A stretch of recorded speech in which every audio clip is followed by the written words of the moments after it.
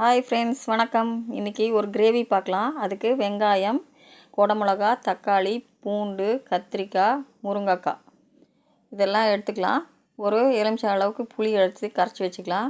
வானலில் ஒரு 2 ஸ்பூன் எண்ணெய் விட்டுட்டு கடுகு தாளிச்சிட்டு அதில் கொஞ்சமாக ஒரு 10 அளவுக்கு வெந்தயம் தாளிச்சிட்டு வெங்காயம் வதக்கிக்கணும். வெங்காயம் வதங்கணும், குடமிளகாவை வதக்கிக்கணும்.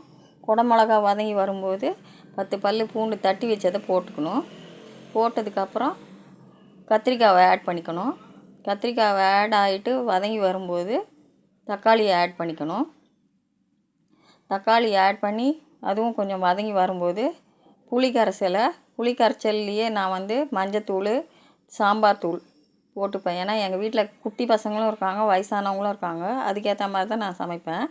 உங்களுக்கு எப்படி தேவையோ அது மாதிரி நீங்கள் செஞ்சுக்கோங்க. என்னோடய ஸ்டைலில் நான் இது செய்கிறேன். புளி கரைசலில் நல்லா வதக்கிட்டு அதில் வேக வச்ச முருங்காவையும் சேர்த்துட்டு கொத்தமல்லி, கருவேப்பிலை போட்டு இறக்கி வச்சிட்டோம்னா சுட சுட சாப்பாட்டுக்கு அந்த கிரேவியை வச்சு சாப்பிடும்போது சூப்பராக இருக்கும். தோசைக்கும் தொட்டு சாப்பிட்லாம். தேங்க்யூ ஃபார் வாட்சிங்.